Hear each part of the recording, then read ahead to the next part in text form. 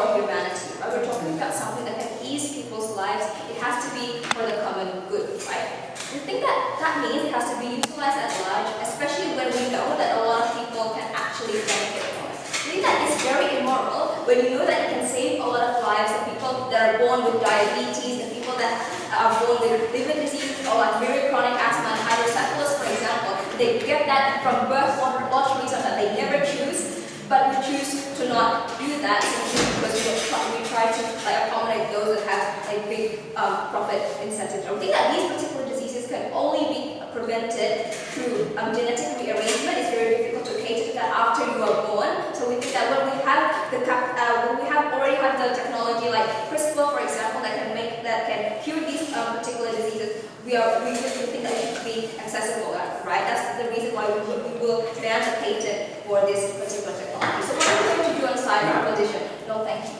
3 points of view. Firstly, we think we're going to grant the patent for CRISPR. That means that anybody can have their hands on it, not only the patent owner can develop that, right? Secondly, we think that they can have a lot of access to that, they can develop that, but that doesn't mean that they have to monopolize that. That means that they can subsidize companies and make sure that these companies can develop that later. But we're also very willing to let the government to subsidize independent scientists, for example, that have very big humanitarian motives. So we think, and then they're going to be paid for that. So we think that's still going to be development on our side of the house. Thirdly, we think that later. For the sake of this debate, we think that we should only focus on CRISPR early. We don't think that they their side of the house can simply run on the pace of what about medicines, for example. But if they want to try to give that question, we're very willing to ban medicines as well in other debates because that is very consistent with the principle that I'm going to run in my speech. But 3 things in my speech. Firstly, we're going to talk about the harms of patents. Secondly, we're going to talk about accessibility. And thirdly, about how the quality is going to be on our side of the house without comparing what they're going to have on their side of the house. So first, let's talk about the harms of patents. Right? We think that ideally, because it's technology, it has to be a lot of development, right, in order for it to be advanced. And in that sense, and also it has to be accessible, right? So when we're talking about patent, we're talking about exclusivity. Only the entity that claim that they found it, for example, only have the rights to be able to use that or sell that and develop that, right? I think there's 2 reasons why it's so strong. Firstly, on the basis of the principle, we don't think that you exclusively created a certain technology, right? You're always going to be influenced by society, for example. Your ideas aren't always going to be used. For example, if your IQ is really high, for example, that you never chose to have a high IQ as well, right? But so we don't think that your idea is actually yours to begin with. But secondly, why do we think that is practically bad, right? Because it hampers the development. So let's contextualize this.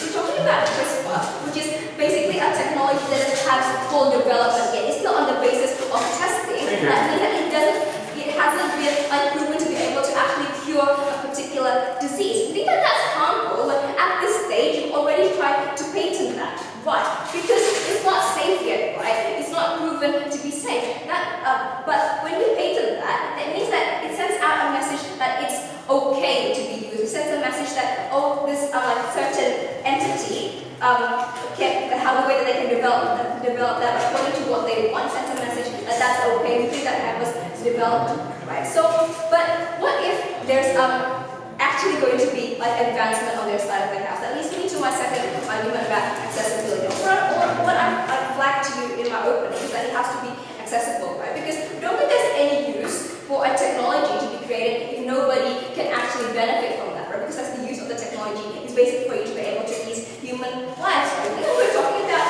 accessibility of technologies, and you're talking about prices, we're talking about affordability. We think that when you're talking about CRISPR and the kind of disease that we're talking about, a lot of people that actually get these diseases are actually people from the lower class of society, right? A lot of people that can't actually afford this. I think it's very important to be able to let these people be able to get that, right? The problem with patent is basically a royalty. So in addition to the actual price of the technology, it should be valued by the use of that particular technology. It means that on their side of the house, it's going to be very expensive. When you're talking about, if you want to compare that to medicine, for example, it can be 8 times more expensive than the actual product. So it's very difficult for people to access that. But how are we going to make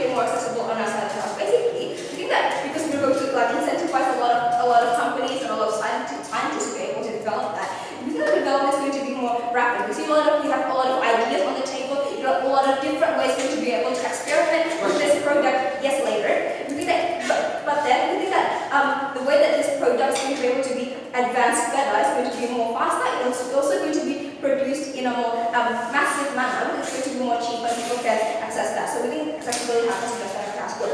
Do you agree that in the absence of patents, the development on your site will also include people with bad intention of abusing that CRISPR because you don't select it through patent? Look. Like, if somebody wants to abuse that, we think that there's the law. Right? If you try to abuse that and do bad experiments, for example, we think that we already cannot mitigate that on our side of the house. So we're not arguing about the quality of how this is going to be how this is going to be able to cater to people's needs, right? Okay, what I've told you is basically still in the phase of testing. It's not beneficial yet to the people that actually need it, right? I think that when we're talking about cases, we're talking about people that are very profit incentive. Then most likely the kind of the end product that they're trying to aim for is going to be very bizarre and very high-end and grand. Things like making super babies, for example, because currently there's a lot of people that are thinking that that is very lucrative or very grand, but not necessarily what people need. I think that always comes at the expense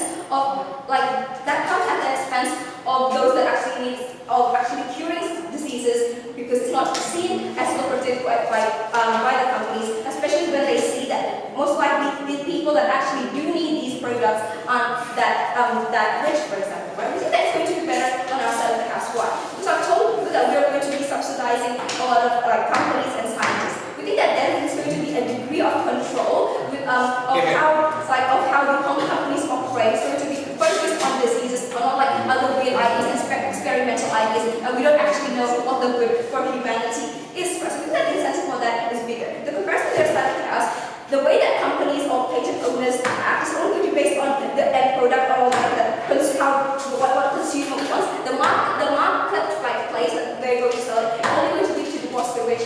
The rich people, less people are going to be able to benefit that. Look, on both sides of the house, we think that diseases are going to be diminished, right? There's still going to be diseases, but on our side of the house, we prevent more people from getting that disease. We are very passionate about that.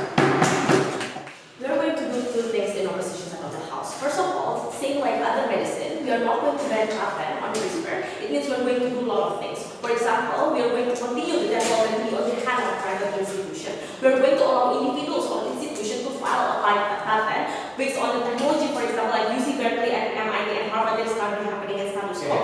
Second of all, we are also going to assess which of those individuals deserve the patent the most, right? We are going to assess which of those individuals are the one who is much more contributed and so on and so forth. We are going to ask, so what are you going to do with the patent after it has been patented in your hand, right? And if it's true that it is totally unsafe, we are not going to grant the patent as well in our section of the house, right? If it has the high possibility of killing people, we are not going to give the patent on the basis of it is going to harm the rest of the humanity, ladies and gentlemen. Because we think the argumentation coming from Prime Minister is basically an idea to develop more patent, but to develop the technology, but not to ban the patent, ladies and gentlemen, right? Moreover, when you're talking about patent, basically it has two types. It has the patent on the process and it has the patent on the outcome, right? So more likely, the patent of CRISPR in our the house is going to be diverse as well. For example, Harvard can the patent the outcome coming from this paper of tuning mutation. But using that, they can also patent the derivative of the CRISPR in our of the house, right? So the idea of patent in our of the house is going to be diverse. But second of all, if in government of the house, they're going to have money to acquire the patent, they're going to have the subsidy to subsidize institution and individual scientists, it means they also have money to subsidize the CRISPR in our side of the house, right? So it's going to be accessible as well for people on the ground in our side of the house. So three arguments in my space, but before that, rebuttals, right? So first of all, she said that, oh, you cannot give those people patent because this is the contribution of society, but not the contribution of these scientists, right? We agree that you're being inspired by the problem that is seen in society's face, seeing people suffering for cancer, but your ability to create solution out of that problem is exactly your exclusive contribution, right? For example, we're all here seeing people suffering from cancer, but we don't create CRISPR, ladies and gentlemen, right? That to the fact that most people were able to create this sophisticated technology, it's so true that they have extra incentive, they have extra effort to create this technology to help people suffering in status quo right now. So substantive, the rest of the is going to be in the point on those substantive. So first argument, why principally it has to be patented? First of all, take a look at the individual contribution, right? If you take a look at it, the individuals who created CRISPR have contributed so much to the creation of this technology, right? Take a look at what they have done. done. For example, given the nature of CRISPR is that complex and sophisticated, it shows that the level of trial and error is also higher than other inventions, right?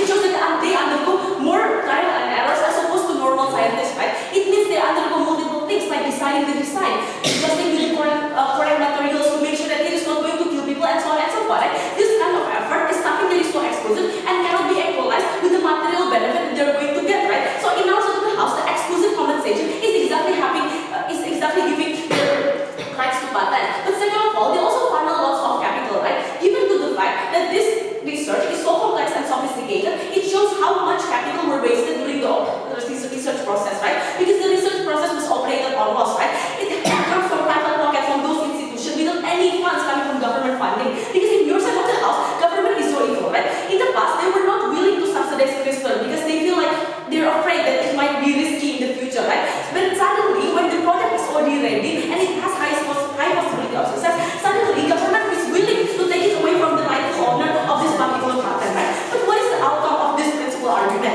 First of all, it is going to disincentivize people to create a technology that is this sophisticated, something that is groundbreaking, something that is totally new, and this is exactly something that is so important for humanity. Why? Because number one, you have to operate almost in the very first place. But second of all, even if you have capital, you are not going to do it in your side of the house. Because number one, you are not going to get any reputation at all, right? You need to be realistic, the incentive structure of those professors, right? But second of all, you are unable to get sustainable income as well. The reason why patent is so important, because it can help you to feed your family for the next 50 years. And this is something that is so important for those people, right? The reason why it is so limited in status quo right now, because there is a very few scientists who is willing to operate almost in the very first place. In your side of the house, it is going to be exactly worse, especially in the context where Dila say that they're going to do it for all medicine, right? This is totally bizarre, because in your side of the house, you're exactly going to settle for less in terms of research, especially in the context where virus continuously develop. It means lots of virus are becoming more resistant to current antibiotics. It is totally important for you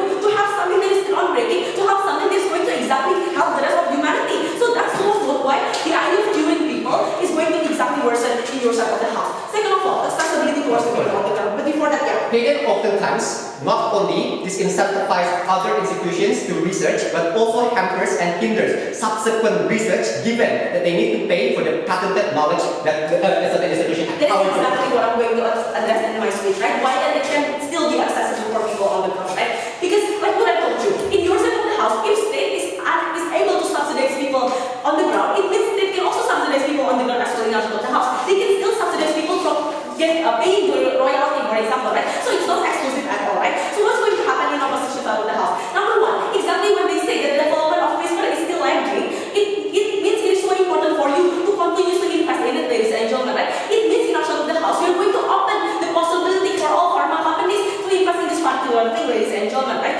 So more likely, it is going to be successful in our side of the house. For second of all, why then it's going to be cheap, right? Take a look at the incentive of those institutions. If they can get profit from literally all layer of market segmentation, they're going to do it, right? If they can get profit coming from the rich and poor individuals, they're going to do it as well. So more likely, the idea of market segmentation is going to happen in our side of the house, right? To the fact that vaccine is so important for humanity, but it is still accessible for poor people on the ground. It shows to you that basically it is going to be accessible in our side of the house because you have market competition, right? For example, in South Korea, the price of medicine is just $75, right? It shows you how cheap it is in our side of the house. Exactly when they say that we're still in the stage of development, it means you need to rely on private institutions because if you rely on state funding, it is going to be fluctuating, right? For example, when Republicans take over the Senate and health insurance, more likely the investment to this particular thing is going to be lesser, right? But even if in the house, the state budget is going to be fluctuating, at least with market mechanism, the price will be always moderate, ladies and gentlemen, right? That's why in the house, the idea of accessibility, the idea of more research is going to be better. But lastly, argument regarding politicization of CRISPR by state, right? It's important to be assessed. This is important because you have to understand that lots of people are suffering from acute diabetes, genetic mutation in the heart, and so on and so forth. Right? In your side of the house, state, parliament, and senate is going to have the discussion to determine the funding of CRISPR. It's going to be up on the heads of Republicans. It's going to be up on the head of the Democrats, right? It means the discussion whether or not we should invest in this is going to exist in your side of the house. But at least in our side of the house, the development, the existence is going to be certain, right? We agree that it might be expensive. At least the product is there first. It is comparatively better because in your side of the house, you are going to exactly retest the progress. We are very proud of it.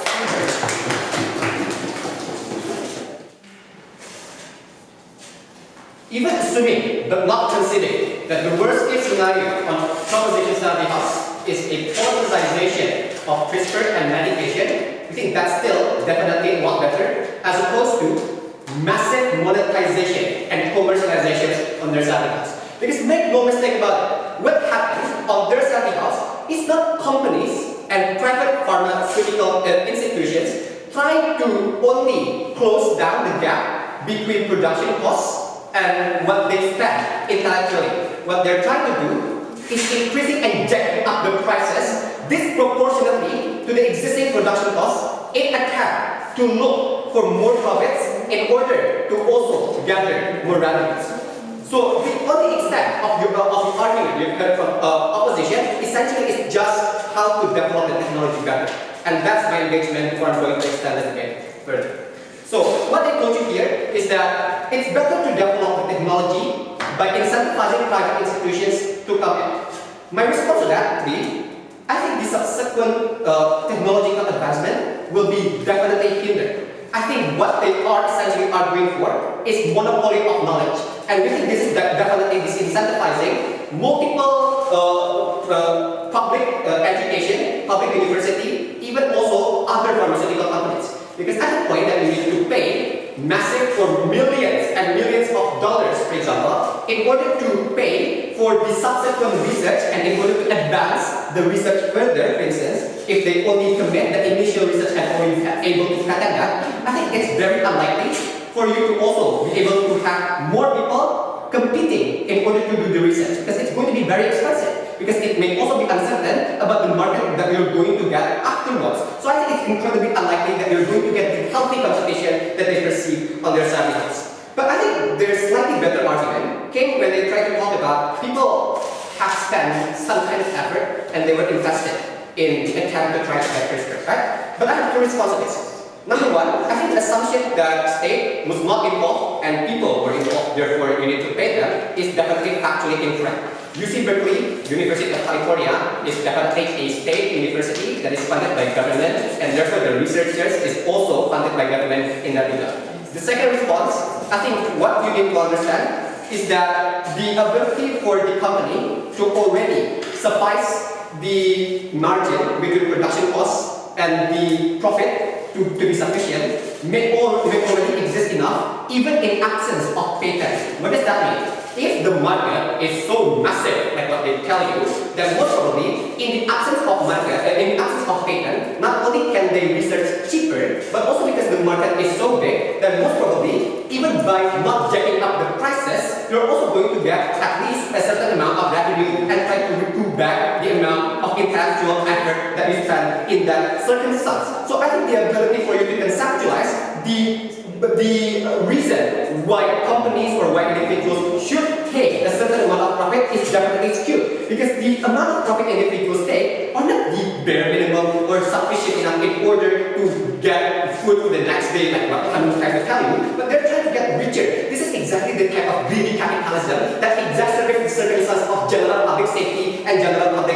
health. So we think at the point when the severity and the magnitude of problem is so severe, when you're talking about millions or even billions of people having had an inherited amount of inherited diseases, and you can cure them, and you don't try to do that because you're only trying to cater to select few individuals, for example, and select few people who want massive amount of profit, we think that's immoral. But not only that, we think that's also massively reducing the amount of competition that's going to even jack up the prices even more. I think if they were to talk about how medication, for example, in status quo is going better, I think you just need to take a look at the actual reality. I think you need to take a look at how Pfizer, for example, jacking up prices even more than 10 times of the initial production cost. How Martin Shkreli, for example, the former CEO of the pharmaceutical companies, for instance, also was able to get so much money by also trying to capture the government and by making sure that the government had no alternatives in the form of other public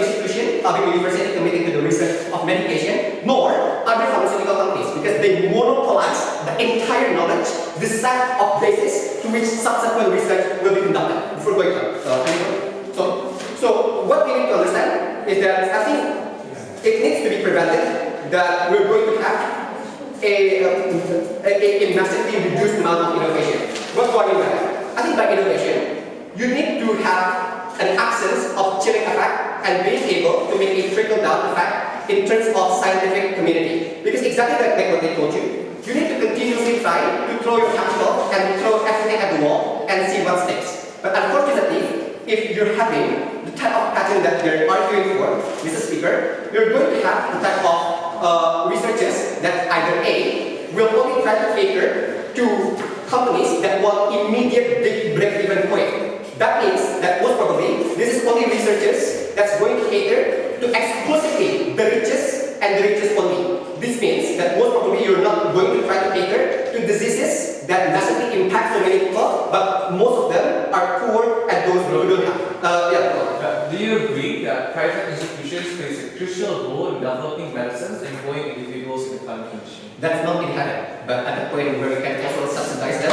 I think by reducing the possibility that they're going to get lost, for instance, by making sure that the production cost is cheaper from the government, I think that also incentivizes them to research further. But at the point where their sole incentive is trying to get money from the market directly, not from the government, and not to try to get bonus from government, that's the point when the market incentives become so pernicious and becomes evil. So that's the point that we try to delineate. But the second possibility of researches that's going to happen on their side is that the type of researchers that only try to cater to those middle-class individuals as well, not only the richest, who can continuously pay. That means that most probably, not only, most likely, the ability for you to subsidize the consumers doesn't make any sense. Because at that point, you don't have the medication anymore for them. You don't have the ability for the government nor the technology that is sufficient and that is developed by the private institutions. Because private institutions definitely try to cater more to those who can sustainably pay. We think that's dangerous. Because the alternative that they need to defend is not where you can pay the government. Because if the government is politicized, most likely the company also feel uncertainty about whether or not the government will pay the market segmentation of the poorest and the very least well-off, for example. The conclusion of this debate are twofold. One, this is definitely better for the advancement of technology due to better subsequent research because of the absence of monopoly in terms of knowledge. But this is also better, for especially for this well-off, because at least government has sense of control over the type of technology that we develop, and that's also going to try to cater to even more people, and for that reason, it makes sense. Chair, there are two things first that you have to acknowledge, which is missing from proposition's argument.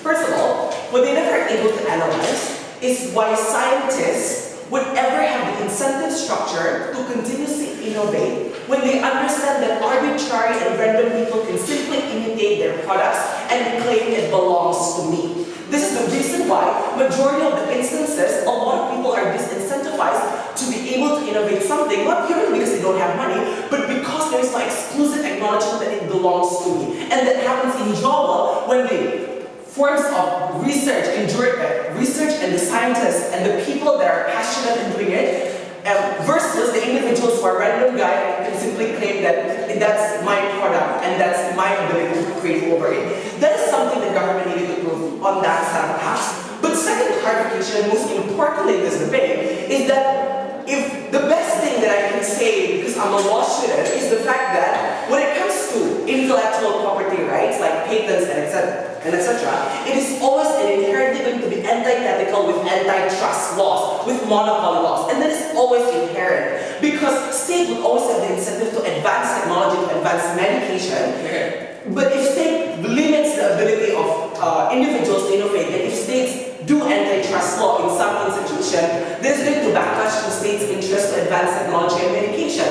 So it's inherently going to be contradictory. So monopoly sometimes does not take into account to a lot of problems that we're facing for the advancement of humanity in that particular regard. So in my speech, I'll answer two questions and all rebuttals you may intertwined. First of all, how do you best ensure sustainable development of CRISPR? Second of all, how do you best prevent abuse of CRISPR, which, if I may tell you, was taken for granted from proposition? First of all, how do you best ensure the sustainable development of CRISPR? Because the main contention of government's argument is that CRISPR is going to be expensive if there's patents, then it's not going to be accessible.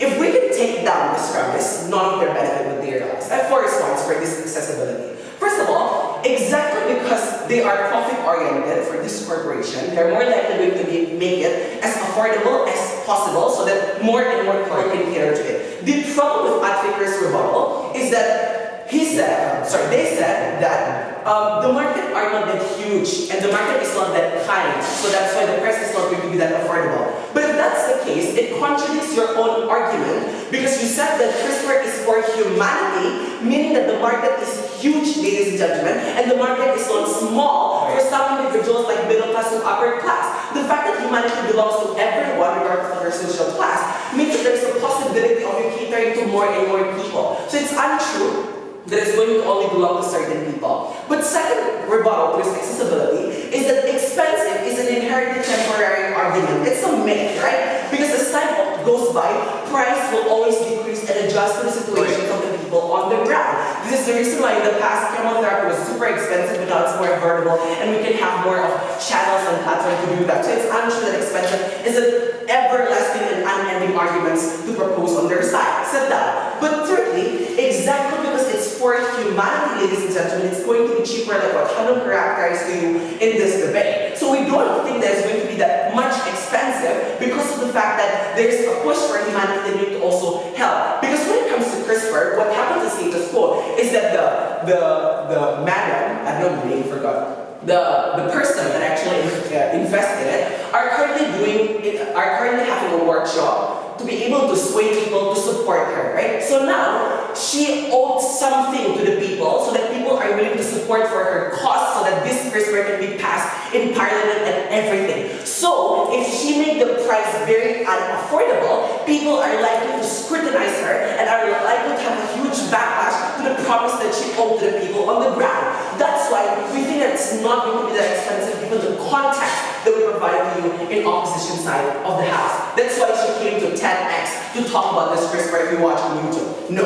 But fourthly, even if it's going to be that expensive, in the worst case scenario for it to be that expensive, what we told you from opposition, at least it is in the market first. Because if you look at it, government's argument is relying on governmental subsidy, which is contingent upon the discussion in parliament. There's a difference. Both is contingent upon government willing to subsidy. But the difference in our proposal is that at least the individuals or the research or the person, the scientists, they do already have capital. So even though government is not really that good, at least they have capital to continue the development. The problem with government is that their argument seems to have a vacuum. They assume that government is that good. They assume that government will always continue to do research on that sort of house. Take a look what happened in the US when Trump is starting cutting the budget for health, ladies and gentlemen, meaning there is a less possibility of development on that sort of house. We agree that the world is capitalistic, right? But we cannot change the world either. So what we can do best is incorporate ourselves and try our best to solve the problem. So at least in our sort of house, we take down the benefit of accessibility that they seem too afraid to exist on our side of the house. But second of all, about the monopoly that Adfikri talked about, right? Which is what I said before in my clarification that's inherent. But I'm going to prove to you why the incentive in our side of the house would still exist although it's monopoly. But before that, go. The problem with your patent is that it doesn't only jack up the price of one particular pharmaceutical company. It also makes the incentive for other pharmaceutical companies becomes much more, and they also need to make the price. Yeah, I understand. I will rebut it now. They said that other universities or other companies are not going to do research because they need to buy patents from another institution that already have patents. That's not the case. Because in our proposal, it's not that people will not innovate, people will innovate, but it incentivizes them to innovate in another parts and another research of that CRISPR. Because CRISPR are diverse and very complex. So if they understand that this part of method has already been patented by another university, they're more likely going to search for another research in another complexity of that part of DNA and RNA, so that they are not going to have that huge cost exist on that sort of house. So that's to conclude our sort of house can still sustain the development of CRISPR. Second question, how do you best prevent abuse from CRISPR? Notice that patents allows you to select things. It allows you to select and delegitimize what are the good and bad things that could exist in market.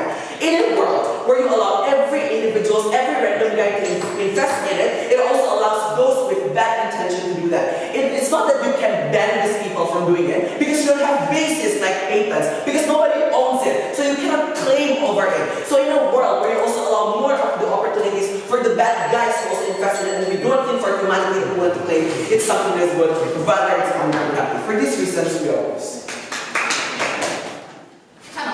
Just because lamp is not patented does not mean we don't know that Thomas Alva Edison created that. What I'm trying to show to you that just because we ban patent does not mean that in the blueprint that's released on the internet, on the social media, for example, there is no name of the first author, the initial creator of that invention of that CRISPR technology.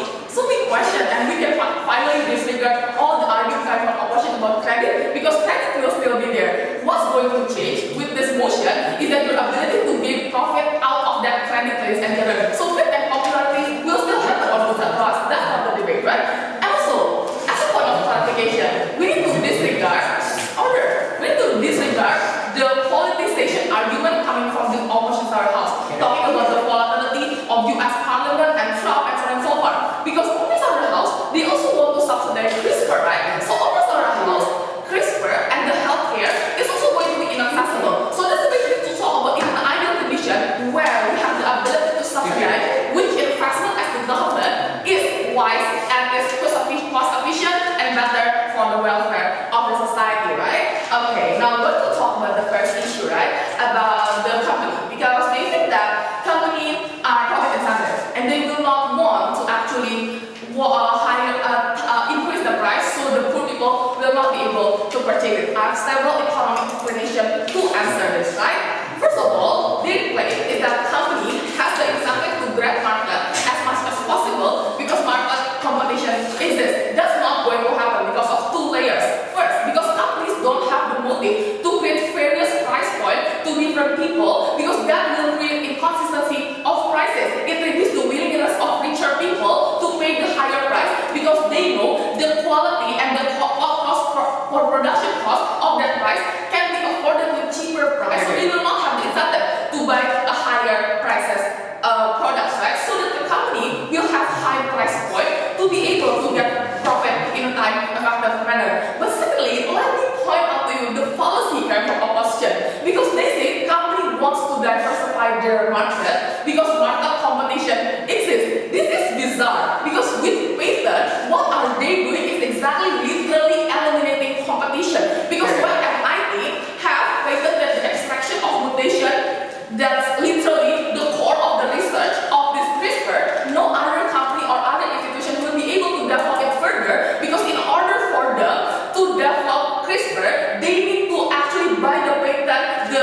original patent from MIT, for example. So further research is contingent to them buying the patent that's original from MIT, right? Second of all, let me talk about companies, right? About what is the incentive of companies in market their products? There are two incentives, right? First of all, is which market segment will help them to reach break-even point faster. But second of all, which market is sustainable, right? We say as a company that they want to reach the BEP, right? The cover initial investment of the companies. Most likely, the company will target the upper middle class because the reason being is they have more certain sources of income, saving, insurance, extra additional income. Because we're talking about the condition where people are diagnosed with genetics disease that's inherent and cannot be cured. So most likely, those are people who are in panic. Those are people who are in paranoia. So richer people will be able and willing to pay on a higher price, and exactly those are the people that's being manipulated and capitalized by the pharmaceutical company on the status quo, right? They are manipulating their emotion on that regard, so they'll be able to pay on the higher price point. So we say that they have the incentive to just capitalize on this rich people, right? But let's talk about sustainability, right? Because we talk about how this development is going to be sustainable if we give it to the private companies. We question their definition of sustainability because right now, patent seems to be continuous because the institution that patented it lack and delay to launch the next finding, so they will be able to enjoy the profit from current patent. For example, if our company have patent the extraction of mutation number 1 that has 10 years patent, the company has no incentive to release the better extraction mutation number 2 that they find on 5 years later because they will still be able to enjoy the profit from the remaining 5 years. So they have the incentive to make it seem sustainable. Meanwhile, they have already found the newest technology that's more effective and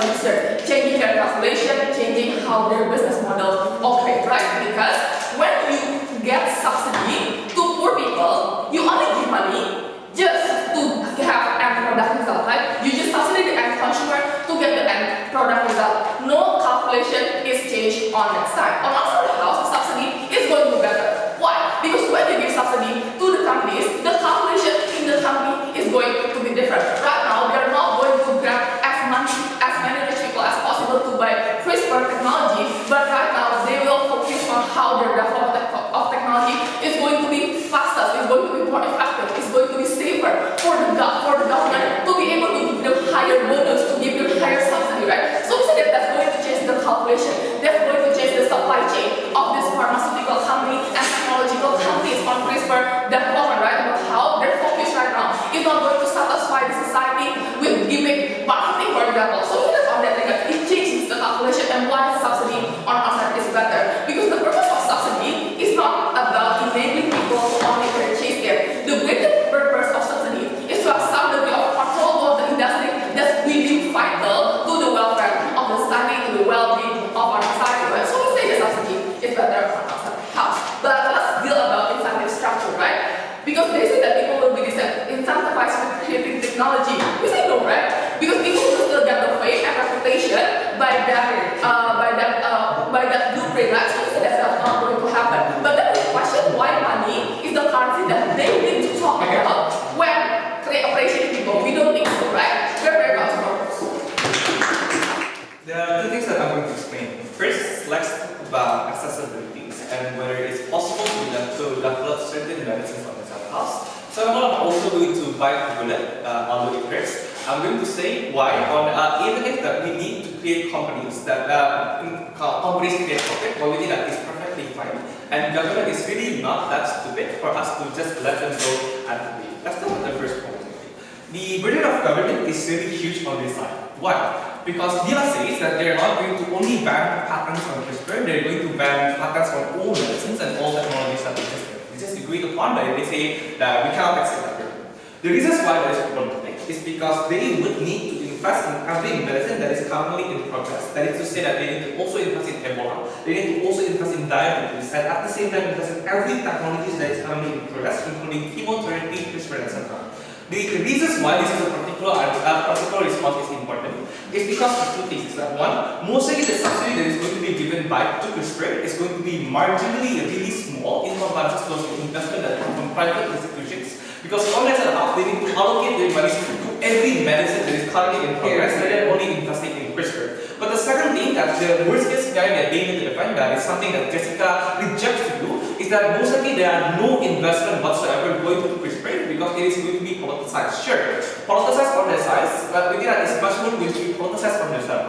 Because understand that right now, that CRISPR is only for small minorities, exactly like we say, that want to have diabetes and bad lottery of birth, right? The reasons why is that the majority can easily sway and easily says that it is better for us to create rehabilitation centers for diabetes in comparison to those investing possibilities of CRISPR that is still in the trial and error process, and there is a way much more cheaper alternative in comparison to those technologies that exist in CRISPR. So in addition, most of these scenarios that happen on the side of us, and there is something that they need to define, is the inaction and no subsidy whatsoever coming into these researches at all. And this is why the capital necessities for you to develop CRISPR is going to be gone. Because it's not like that you inject certain needles and somehow you get CRISPR. What you need is trial and error. You need, for example, application and subsequent technologies that exist in there. With that, this is something that they need to reject. The question that remains is that which one would you rather subsidize? Whether you want to subsidize in a finished product, example like on the house, or whether you want to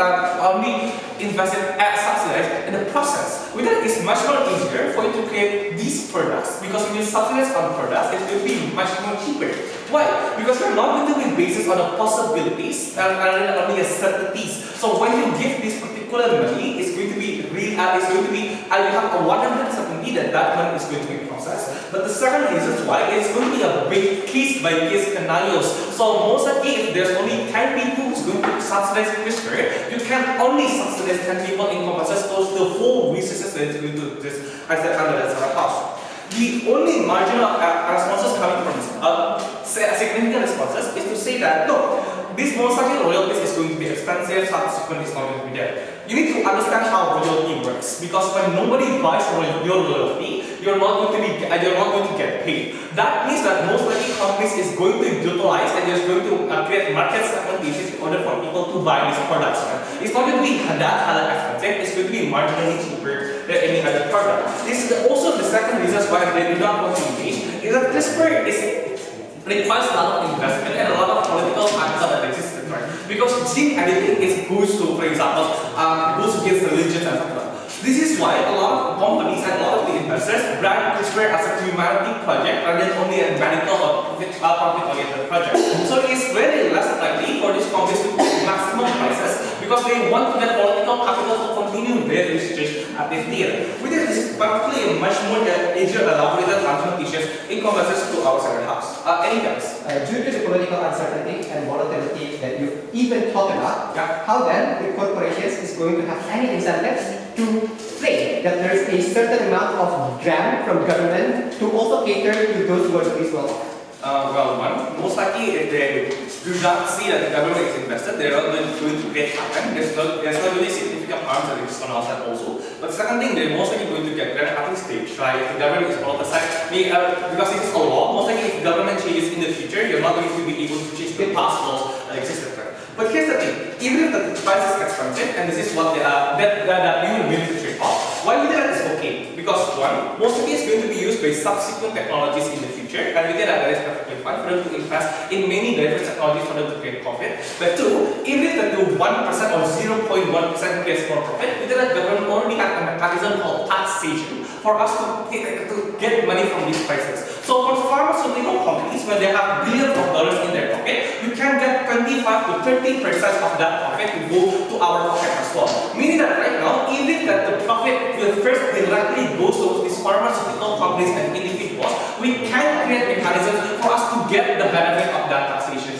Why is this the case is particularly important? Because one, what you're going to have is more subsidy in order for you to actually get more profit. But B, there is no significant harm whatsoever. And instead you have more money, for in the future in these profits. Why is this argument important? Because all of the analysis is to say that profit-oriented is bad. Because it's just saying why is it bad? Because they to some extent agree that government have limitations in developing certain skills. This is why Adfikri stumbles in answering my POI, because to some extent we need to agree that government have its limitations and we require for us to have private entities. With that, when you depend so much on private entities, the very marginal benefit for you to get these private companies to cooperate with you is through taxation programs that are able to benefit both and able to minimize the problem. But even if that, when you're talking about when both sides have capital and with that there is very less likely to have that, the tipping point is the motivations of these researchers.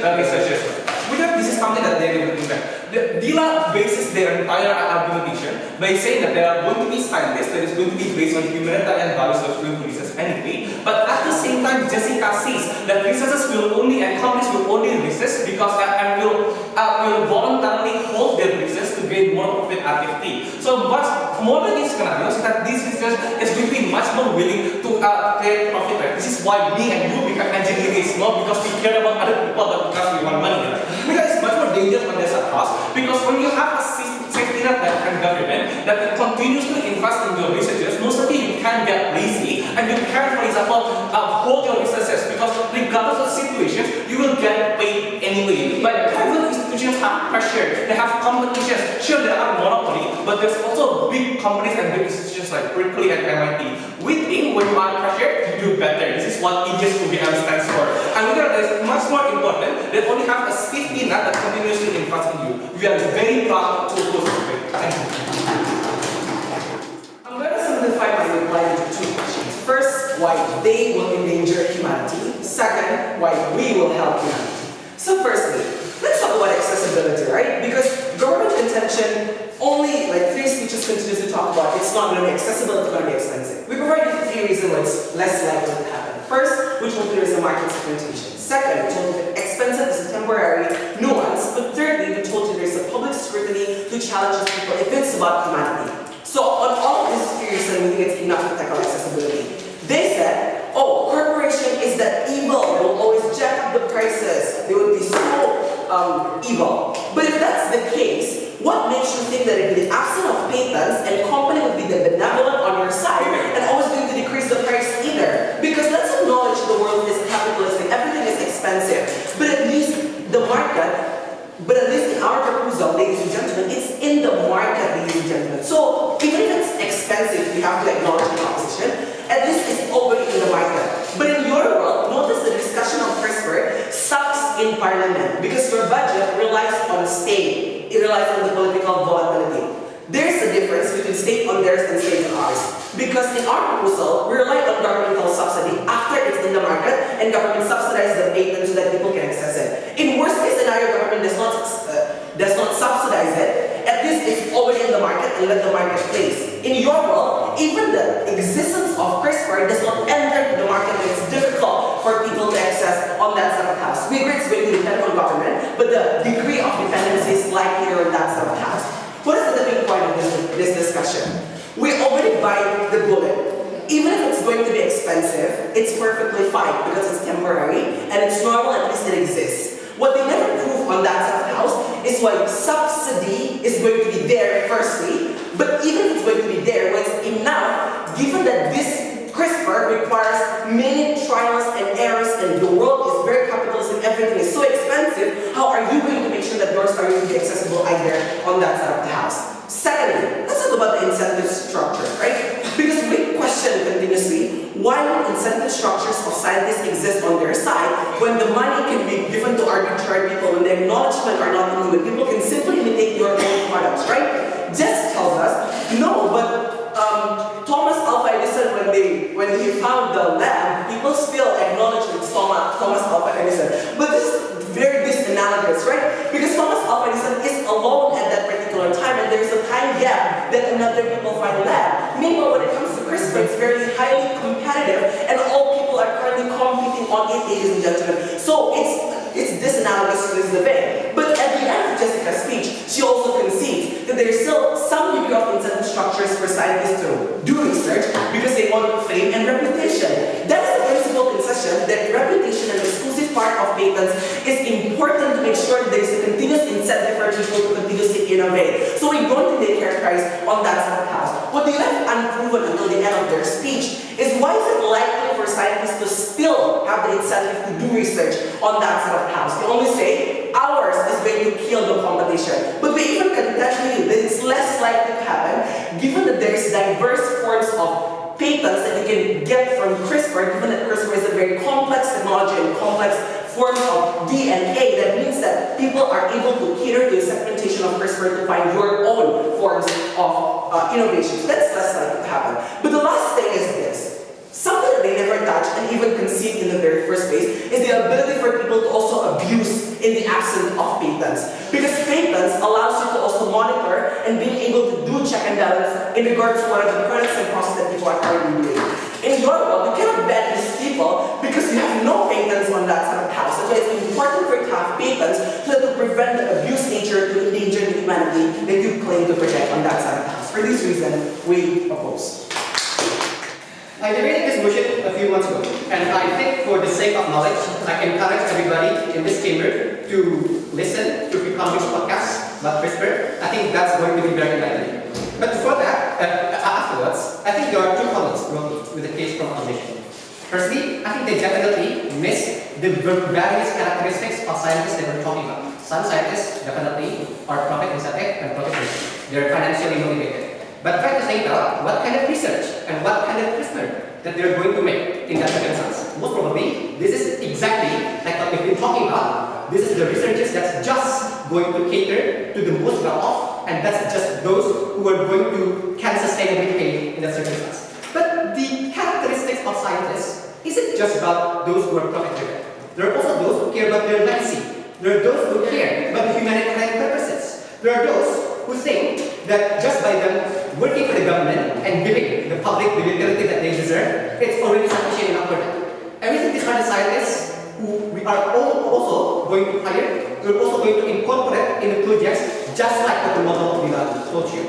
Second problem with their case, I think they have been massively disingenuous about the monetization problem and politicization. Because if the problem is monetization, most probably the subsidy is also uncertain and the accessibility is damaged in that circumstance. But the monetization part is the most bizarre one. Why? Because the monetization, like I told you, isn't just to close down the production costs for the corporations nor the institution that we're talking about. This is to jack up the prices and become so greedy to the extent that you are essentially profiting from other people's diseases and you're trying to capitalize and capture their vulnerability in that circumstance. So this is a very evil incentive and we're trying to mitigate that. Okay, the way is capitalistic, but we can regulate it. And the way you regulate it is by making sure that there is a healthy competition and the absence of monopoly in that regard. That's essentially the premise of capitalism. So you curb down the monopoly of knowledge that they're going to have on that part. So two things I'm going to talk about. One, I'm going to talk about accessibility and the importance of it.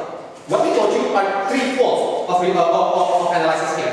We told you about the direction of subsidy. We told you where the government has sense of control over what we're going to subsidize, and this is the producers we're essentially talking about. Then you're going to have sense of control over the type of medication you're also going to provide to the society. On that part, they're going to say, well, when you subsidize the product or the end product, you're essentially going to make it easier.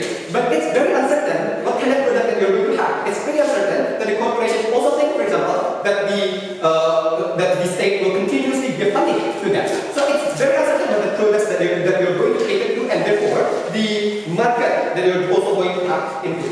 The second thing that we told you is about the greedy incentives that's going to continuously happen on your side. Because we're not necessarily saying profit driven is bad. What we're saying is that when you try to make this newly developed technology to only be accessible to some people, you're not going to try to cater to the maximum amount of individuals that suffer currently. But what we told you also is that monopolization of knowledge is definitely dangerous. Why? Because it doesn't only apply to the exact price from a particular company. It makes other companies, other public universities also hard and also hinder in terms of the advancement of their own researches as well. It makes fewer competition, it jacks up the prices even more. It puts more leverage to one corporation or one pharma and one pharma only. The conclusion is that we're not going to create an accessible type of medication or CRISPR on this earth. The second thing is about the advancement of technology. What we told you is that it's very important to be able to innovate and throw everything at it. We think the initiation from government already implies and suggests that the government is willing to try to make for a more productive society, for a healthier society. That's definitely the incentive from government. The comparative that we've heard is that there's going to be profit incentive again from something else. But in terms of the innovation, when you can rely continuously on just getting profit from one patent in comparison, continuously try to research for more, we think that's dangerous because you're going to be complacent in the type of research you have. There's going to be an absence of innovation, and for that reason,